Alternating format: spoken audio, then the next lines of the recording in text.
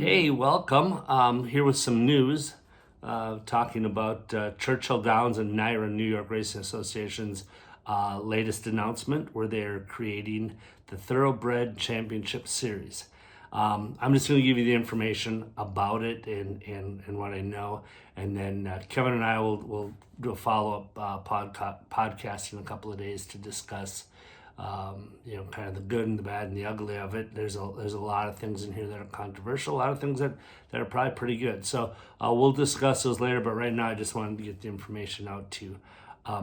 What it is, it's a competition beginning in 2027 for 3-year-olds to establish the top 3-year-old in the country.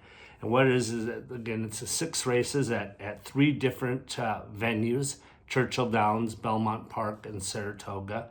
The first race will begin in May. It'll be the Kentucky Derby at Churchill in May, followed by the Belmont Stakes at Belmont Park in June.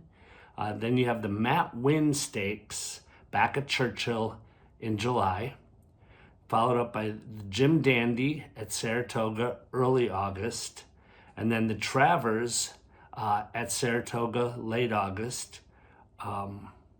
And then you have the final championship race. They don't have a name for it yet. That's going to be a new one. And that will be back at Churchill in September to conclude. Now what it is, it's a $5 million competition. The horse with the most points accumulated for these 6 races gets not only the purse money that they made, but an additional $5 million. They don't have the pool set up yet as far as how the points are going to work out and so on.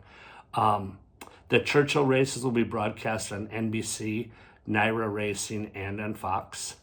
Now, here's the controversial part to it. You may have noticed that there's a race not mentioned in there. The Preakness, the second jewel of the Triple Crown, is not part of this, so that causes some conflict. And then you have the Haskell at stakes at Mammoth, the $1 million race, and that will directly conflict with Matt Winn in July. So it'll probably draw horses away from that. Not sure how that will affect the Haskell. And then the Pennsylvania Derby at Parks Racing, that's in September. That will conflict with the final one. And again, it'll draw horses away from it. So horses will not be able to run in both. So we'll see how this all shakes out.